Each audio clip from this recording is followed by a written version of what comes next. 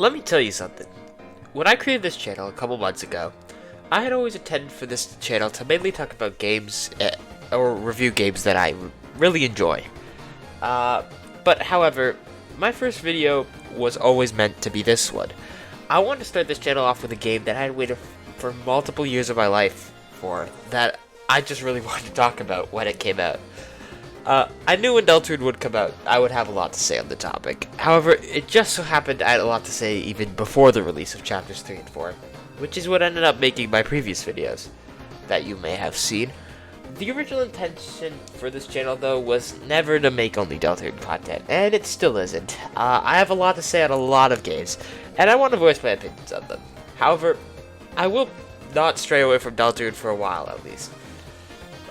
Making those videos, though, a month before the release of the chapters might have dampened the impact of this one being the first. However, it's not going to stop me from making this one impactful. I'm going to give this video justice by making it the best one so far. So hey there, I'm Benefit, and this is my review of Deltarune, chapters 3 and 4. So let's start with the obvious, eh? Let's start by talking about chapter 3. So obviously I and the fanbase have been waiting a long time for this game, so I really had high expectations going into the game. And really these chapters did fulfill them, or even exceeded them in some cases. Chapter 3, though, does start off in a very familiar location for the newsletter that I think most of us assumed was going to be the start of the chapter. Looked kind of like the start of chapter 1-ish. Toby Fox, though, really had big shoes to fill at the start of this chapter, or the writers on his team as well, as getting us back into this world, because it's been multiple years that the average player has been waiting for this game, and I do really think they stick the landing here. I really like how this chapter starts off with just Susie and Ralsei talking to us as we move through the beginning of the Dark World. It does really feel, it gives you a feel back into these characters, and reimmerses you back into the world, giving us more of a grip on the characters, and understanding them better. And it really does get us comfortable in this world that we haven't experienced for nearly 4 years for the average player. After the long talking segment at the beginning, we get the confirmation of Darkners practically being objects in the real world. Most of us already knew that, especially us in the community, and we were all really just looking out for Susie's reaction to this, because a lot of people assumed she was going to have some big, crash out over it. But I do think her reaction was very realistic, and was great. I think it was written very well. I don't think it was very realistic if she had a big meltdown about this, because she does know that the Darkners are real in some sense. She's seen Ralsei have emotions, and she's seen Lancers have emotions. And she also knows that the Dark Worlds still are real in a sense, because she has grown and learned from the Dark Worlds herself. So, it's a great reaction that she already knows that the Dark Worlds do matter still, and they're real in some sense of the way. But the only problem I have with the scene is that it does feel a little forced. This isn't a big issue, but I do feel like it comes a bit too easily. Like almost something Ralsei should be hiding throughout the chapter almost. Kind of like how chapter 4 does it, where he's hiding the last part of the prophecy that he doesn't want us to know about, really. Although I'm getting ahead of myself here. But to counterpoint myself about that, this scene would work perfectly fine if you're playing through the game all at once. If you move straight from chapter 2 to chapter 3 immediately, this scene would flow perfectly. Like, you've already experienced chapter 2, and by the time you get to chapter 3, because you're probably playing only a day apart, or even in the same day if you're playing them back to back, it would work fine. But this is the main problem I think this chapter can run into sometimes. Some segments feel like they would work better if you're playing this game as a complete package, but some don't work as well if you're playing the chapters as they each release. No, I really don't like being negative, and I don't think it's that big of an issue. This chapter is still probably better than chapter 2 in my opinion, or about on the same level. But I do think I should bring up this point, because this does happen with another pretty big segment later on. Now, right after the reveal of Darkness not being real, we get the big reveal of Tenna and Deltarune. Now, I was freaking out of this, and all the people that I've seen freaked out about it, because the reveal is just crazy. It's really, really mind-blowing, and I think Toby Fox probably knew that while he was making it. Really gives Spamton Sweepstakes vibes, with the whole intro and everything.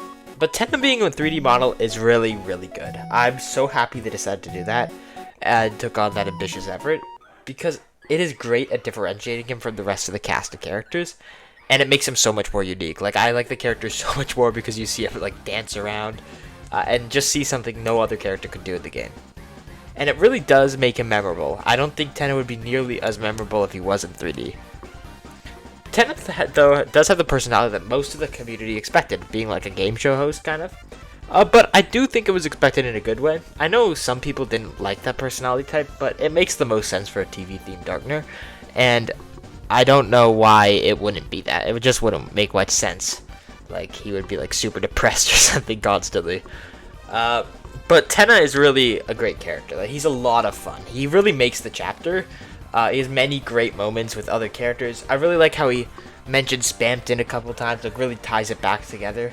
And he really is what makes the Dark World. Like, he is basically the main focus of it. And I wouldn't want the Dark World any other way. Like, Tenna just makes it.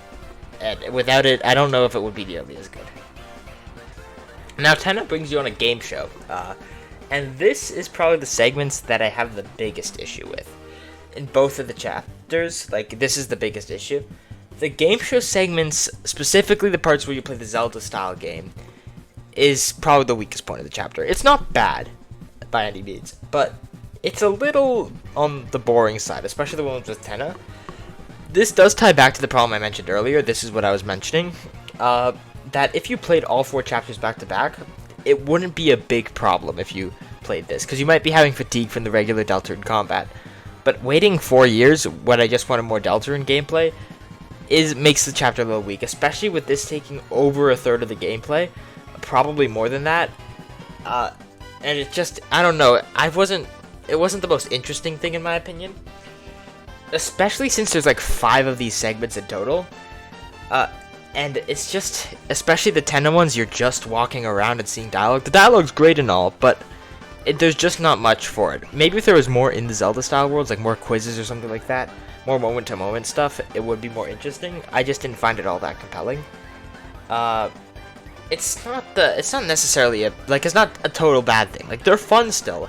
It's just, I think I would prefer some more Deltarune gameplay rather than just the TV-themed section near the end. And I really do think there being 5 of these segments really plagues it. Especially when you go back to the green room. The first time I went, I was like, oh, I'm happy that the Zelda segments are fun and all on the game shows, but I'm happy that I'm in the green room. Now I can do some classic Deltarune stuff. But then you immediately go into the S-rank room, and then you have to play more Zelda gameplay, and that's just back to back to back at the beginning, and that's what really makes it what's boring. You're just constantly playing that, and it just gets stale eventually. Yeah, and as cool as the lore is in it, like, it's not enough to make it compelling, though. Hey there, this is me editing the video. I kind of disagree with myself here. I think the Zelda-style segments are actually really good. It's been so long making this video. I do kind of like them. The only point I do agree with myself on is I do think going from it into the green room, I think there does need to be some time in between there. That's what kind of made it stale for me. I think, though, the regular Tenna segments are fine. They're not that boring. They have some great dialogue. Like, I was over-exaggerating for the video. But I do think going from the green room to the Tenna game shows and then back and forth again, because you do that basically twice, that's when it starts to get drawn out. That's the main issue I have with it. Other than that, though, I do really enjoy the segments. The segments themselves are pretty fun. I think it's just, like, fatigue kind of wears you out of them. But the rest of the game show is really great. Like, I really do like the game show, like the whole setup and stuff like that. I really enjoy all the quizzes and stuff like that. And I really enjoyed both mini games, like the cooking show one and Lightner's Live. Especially Lightner's Live. Lightner's Live was so good. Raise Up Your Bat is a great song. It's such a good mini game. It was so fun. Those were definitely the highlights of the chapter too. Like, they were such fun segments. I'm so happy those were included. Now, eventually moving forward, we get the pretty obvious reveal that Tenna has Toriel captive in the Dark World. I think most of us saw this coming, like, once we enter it, you know. In which we discover it with Chris and the others. After this, though, Tenna takes us on a game show where he traps us in a game show and we just have to watch him play. And I think it's a pretty funny segment. He's just, like, crashing out and you're just watching him. And then the next part of the game, it's pretty classic standard what I was talking about, the TV World. Great song, by the way, TV World. It's such a good theme. Probably, honestly, better than Pandora Palace in my opinion. Like, it's such a good theme. It's so catchy and stuff like that. But there's nothing much to say about this part. It's just solid gameplay. Like, it's just fun. You just go around seeing what Tenna's saying, seeing what all the Darkness is saying, playing some fun little quizzes. It's just a fun segment. Although I am not talking about the egg. I'm not getting into that. That is crazy. What is the egg in this chapter? I know I did brush over the Zelda segments and just talked about what I didn't really enjoy about them, but I do think it is important to talk about the last one. I do really like that the Zelda backroom segments, like the ones in the back rooms, like it's like in the S rank room, emphasize and foreshadow the route route in Chapter 2. As a first-time player might never access the route, because it is more complicated than like Genocide and Undertale, because that I feel like you could if you experimented, but Snowgrave, like the weird / Snowgrave route, it's a little harder to find.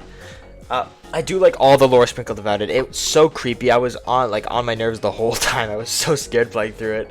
And I really do like this secret boss. It's basically the secret boss's ERAM of the chapter. I don't really count like the other boss as the secret boss necessarily. But the craziest part of the game is after the fight. Like the craziest part of this chapter that really stood out to me. So when you enter the backroom segments of it, like your heart goes over this on the screen basically, and then the digital like 8-bit Chris covers it up. But like I guess we're just controlling it, and it's not us controlling Chris controlling the game. It's us in the game, because after you beat ERAM, whatever it's called, we like walk outside of the video game, and if you like stab at Chris or whatever, like if you like draw your sword at them, they'll like drop the controller and like back themselves into a corner. And it's like even weirder if like Susie's in the room. Like I think you can wait or something. They grab Susie back, and just like, what a crazy scene. And it's such a great moment. It stands out so much, and it really emphasizes you versus Chris. Like you're not the same, and you are not on the same page at all. In fact, you might be enemies basically. And it's just a great moment in the chapter.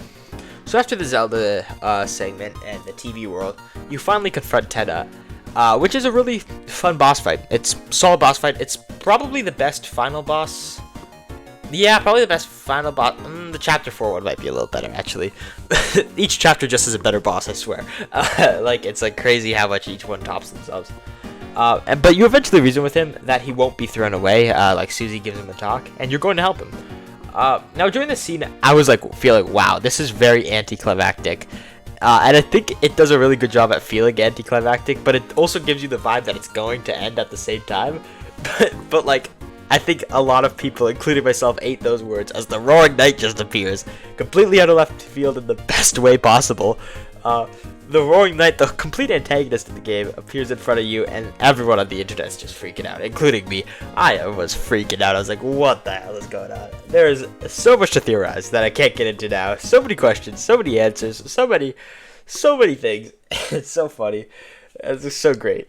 The battle does seem unbeatable, but even if you haven't tamed the Shadow Mantle, it's really hard. Like on my first playthrough, I thought it was a scripted loss. But there were a few on their first playthrough, like as the game released, who tried it again. I was not one of them, because I really just wanted to play Chapter 4. I just wanted to experience the whole game so badly. I did beat it eventually. I don't have footage because my stupid brain did not record it for some reason. But I do have the Black Shard. It's great. It's a great weapon, super strong. And it's really the hardest fight in the game. It's one of the best fights in the game as well. I love the bullet patterns. It's such an interesting fight. It will always stand out. Like I think even by the time we get to Chapter 7, that will be one of the most memorable points in Deltarune. It's crazy. You just trade blows with the knight because you can't spare it. You have to fight it, and eventually you will beat it. Like it takes a long time though. Like I think it took me a couple hours. And it's super tough, but I'm super happy it's so tough. Like it's good. I feel like it's good. And after the fight, whether you win or lose, the knight takes out your party with some sort of interest in Toriel. Like they like try to suck her up or whatever. It's kind of weird. If you do beat it though, it is interesting how the knight's Chris, you know, like knights like in medieval. Yeah, it's interesting. The knight's great. Yeah, it's weird to say. But it is so much to theorize even if you win the fight. like even after it, it's crazy. And then Undyne just appears out of nowhere, who instantly gets kidnapped and brought to the shelter. It's really crazy events, just crazy. And then the chapter ends with the shelter keypad that has 3 strange symbols: an officer's badge, a pine tree, and the Deltarune. Roll credits. It's so good. The ending, such a cliffhanger. I was so sad after I beat chapter 3. I was like, oh, I gotta edit my chapter 3 experience, and then I can play chapter 4, because I was like, I just want to know what happens. But it really does a great job of wanting you to know what's next. I'm so happy. It's crazy. It's such a great cliffhanger, even though it's back to back. Like, you still just want to play more. Like, I've never wanted to play a game more after I beat one part of it. So, chapter 4. I talked to you about the problems I did have with chapter 3, and I probably could tell you flaws about chapters 1 and 2 as well. However, chapter 4 is basically perfect in every sense of the way. There is really not much negative I can say about this chapter. This is the best chapter by far, and if I were ranking these, chapter 1 to 3 were already peaked. It's such a great gameplay experience, but chapter 4 is somehow on a different plane of existence. Like, it's so good.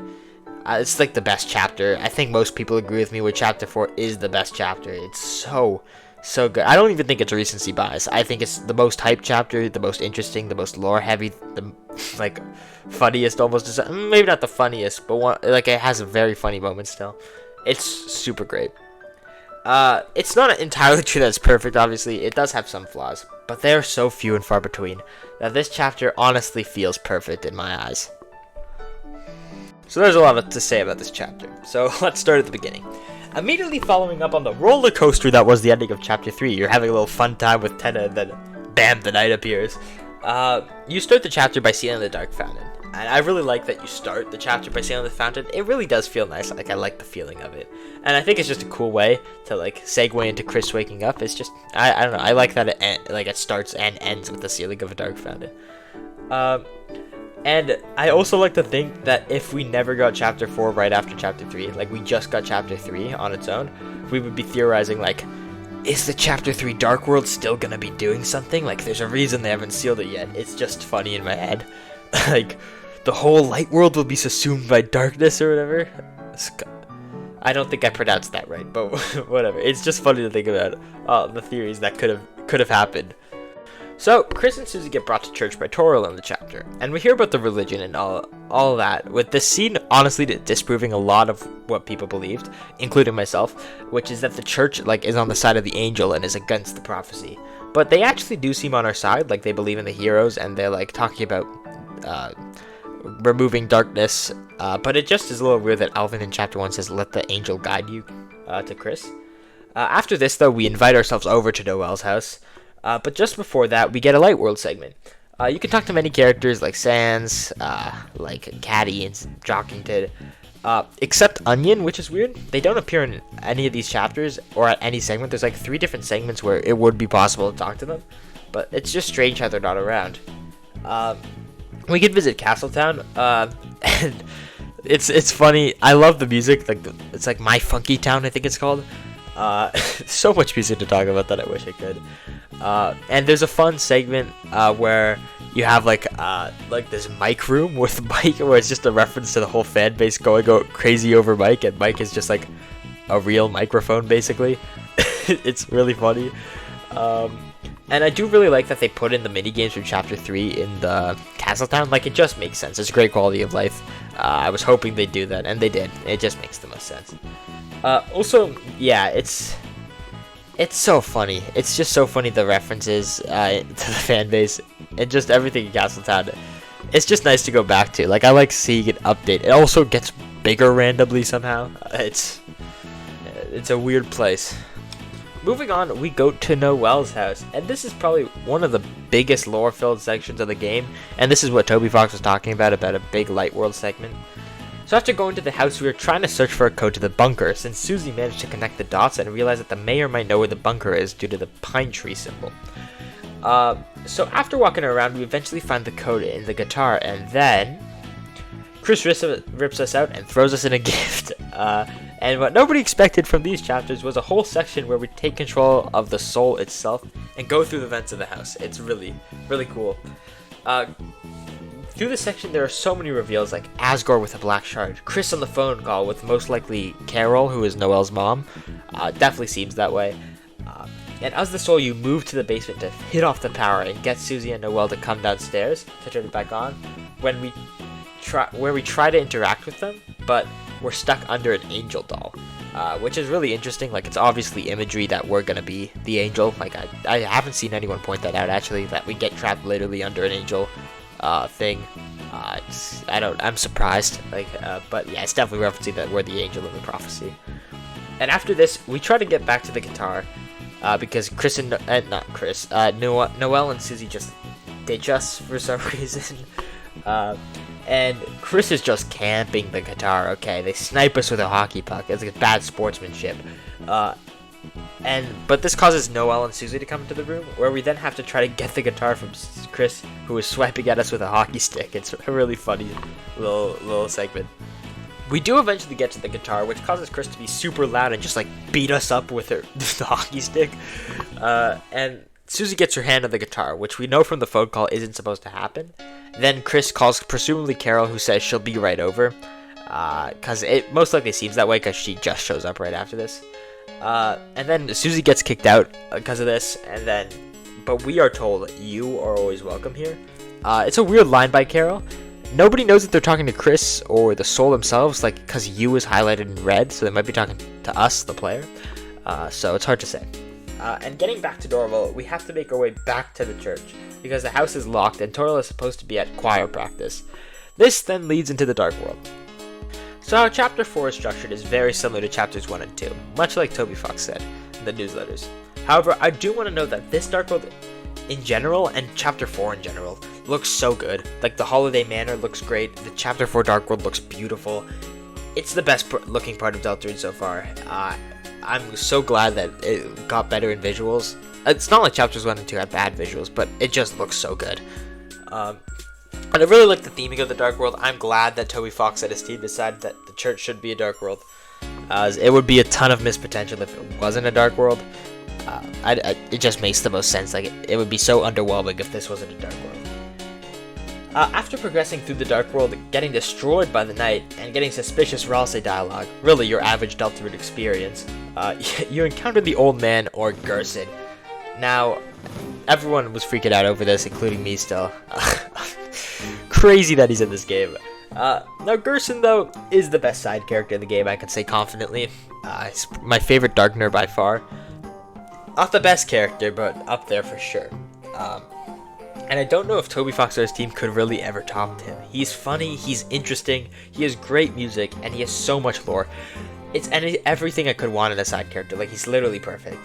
And I really think bringing back Gerson was a great decision for this game. Gerson in Undertale was such a cool character, like just around his lore, yet he was only given the role of a shopkeeper, and there seemed like so much untapped potential, and I'm glad we were given it in this game. It would be weird if it wasn't foreshadowing anything, because it did seem like it was foreshadowing something. I also think Gerson's role in the story is perfect. I think that it's good that the heroes, but especially Susie, get some kind of teacher. I know it's a trope, but it works very well in this game. And he really has the best scenes of the chapter. That me and a lot of people have grown to love him. Like, he's such a good character. Now, enough talking about Gerson for now, as we have to move on in this chapter. So moving along, we get some pretty standard sections with many cool enemies and cool puzzles. Like this one, like a lot around pianos, moving bookshelves with pianos, entering in notes. But you eventually go into this very dark area, where you encounter the mini-boss of this chapter, Jackenstein. And you probably have seen a ton of images of this fight with "You're taking too long" on social media, and it's really funny. It's a great segment. I really like how this introduces the gimmick of the reduced TP gain in the darkness. It's a great way of introducing it in this fun little fight. And this fight is just fun. Like, it has a good switch up to the standard battle formula, because its attacks are like kind of like a maze in a pseudo Pac-Man style. You know, you're just kind of going around and trying to get to the key and then exit in the battle box. And after the fight, though, the old man comes in to help Susie feel more confident about her healing magic, because Susie's magic has been getting better each chapter.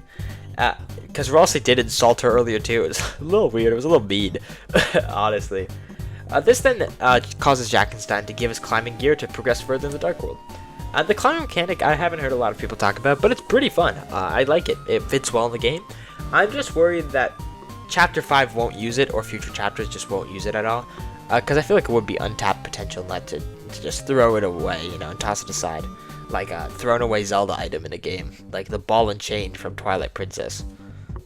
Going even further, you keep progressing in the Dark World to try and catch up to the knight. And in order to do so, Chris must play a piano/organ at the top of the area. This is a great scene, and I really like that Chris plays the piano here, because it always had been foreshadowed in the sweepstakes that Chris really could play the piano, and many were curious that they couldn't because we were controlling them. However, it seems more that Chris just chooses not to, rather than they can't while we're controlling them. And if you had been exploring the Dark World though, you might find golden piano notes in 3 different areas of the Dark World. If you then play the golden piano, a secret entrance opens up behind a campfire in the study where the old man is. If you enter this area, you get to the secret boss of this chapter, which is the old man himself, the Hammer of Justice. And this is probably the best boss fight in the game. The knight is also really good. It's hard to say right now. I'll probably make up my mind eventually. I just really like this fight. It has one of the best tracks in the game. I think it's better than Black Knife. I know some people don't agree, but Black Knife is a good track and all, but I think it's weaker than Hammer of Justice in my opinion. This is one of the best fights in the game. It has super fun bullet patterns, and the green soul mechanic from Undertale makes this even better. Like, it's so good. The boss fight is really hard. Like, it's a hard fight too. Not for the same way as the knight is, but the knight just does a ton of damage. But this one is a one-on-one fight with Gerson versus Susie, where you aren't allowed to use items in the fight as well. Like, he just steals them from you. It's really funny. And the only source of healing is Susie's own magic.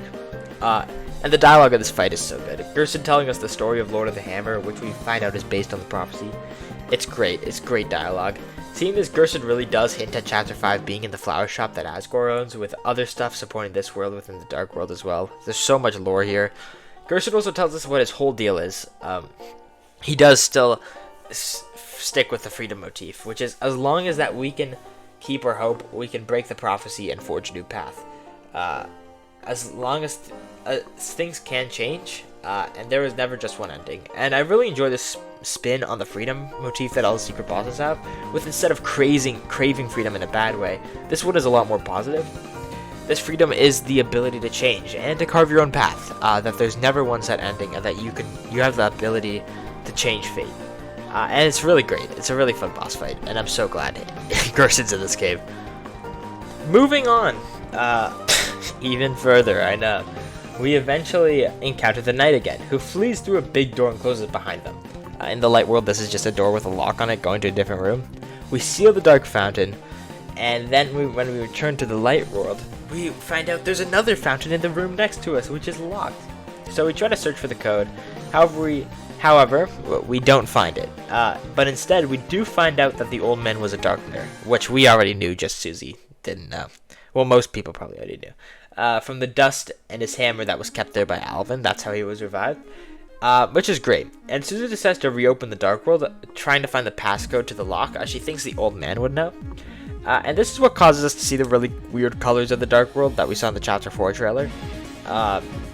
Like where Susie's orange and Chris is like purpley. And Susie's Dark World is basically just a flip side version of the first Dark World. Like, it's just weird. With things being wonky and out of order. Instead of moving bookshelves with pianos, you instead destroy bookshelves as the piano, basically. And this Dark World mainly focuses on the prophecy, with us seeing a lot of prophecies about Susie and the heroes in general. And we eventually encounter something that seems to be Gerson, but not the same thing. This leads into a fight which is just a creepy version of his fight, with like the left, stuff like that. It's really weird. But it turns out this is not the old man, but a statue in his likeness. But Ralsei revealing this causes Susie to get really mad at him, causes her to crash out at him about not telling us everything, which is why we find out that Ralsei is just as scared of the prophecy as the rest of the Lightners are, because all of the theorists, including myself, again, I'm lumped into this, thought that Ralsei was like for the prophecy, but he actually seems to be against it. He wants to make changes to it. He doesn't want the ending to be the same. So, we eventually find out the code, though, because of a fire hydrant, which has it taped to the back of it. This then leads to the final area of the Dark World. The last section of the Dark World is probably the most standard, and is definitely the shortest out of each section, not including the final fight, by the way. The final fight's pretty long in the final stuff, like around that. But you eventually reach the night after this cool scene of us walking towards the night, protecting each other from fatal blows. And after thinking you're going to have another fight with the night, they suddenly make another fountain within this one. Now, a lot of us thought this would instantly start the roaring, but instead it spawns a Titan, which is what we have to defeat. And there's a really cool cutscene of it spawning. It's well animated, it's so good. And after scaling, we have to scale the Titan because it won't attack itself. And we reach a midway point where we have to like fight the Titan spawn, which is a very cleverly disguised tutorial for the Titan fight. Like, it's actually well disguised. You wouldn't think of it as a tutorial, but it is basically an easier version of the Titan fight. We have to get close to bullets and get TP off of them from like yellow dots that come out of the attacks that you like fizzle out with your light.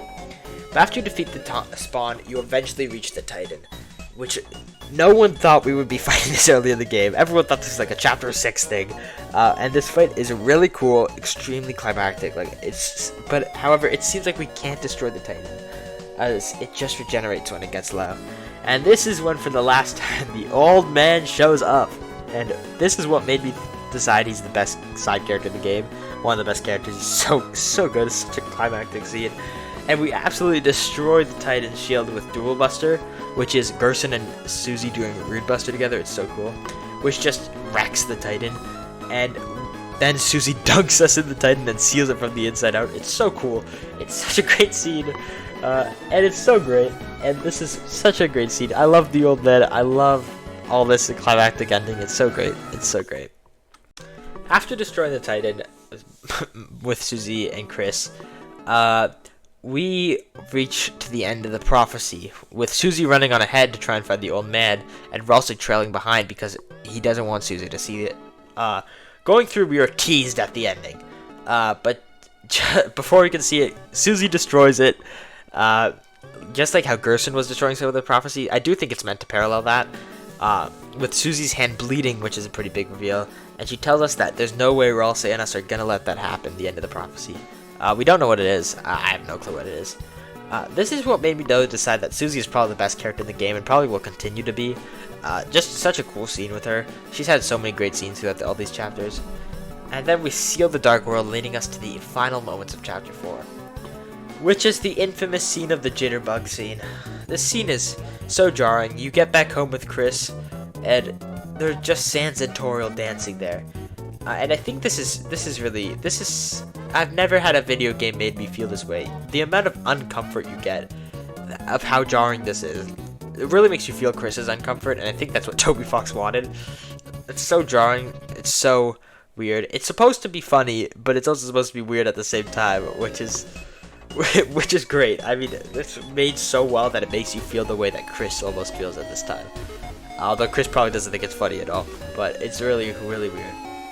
But the chapter then concludes with one last call from most likely Carol, saying something about a promise Chris made, with us after the credits getting a reveal of Chapter 5 in 2026, which is next year. It's so close.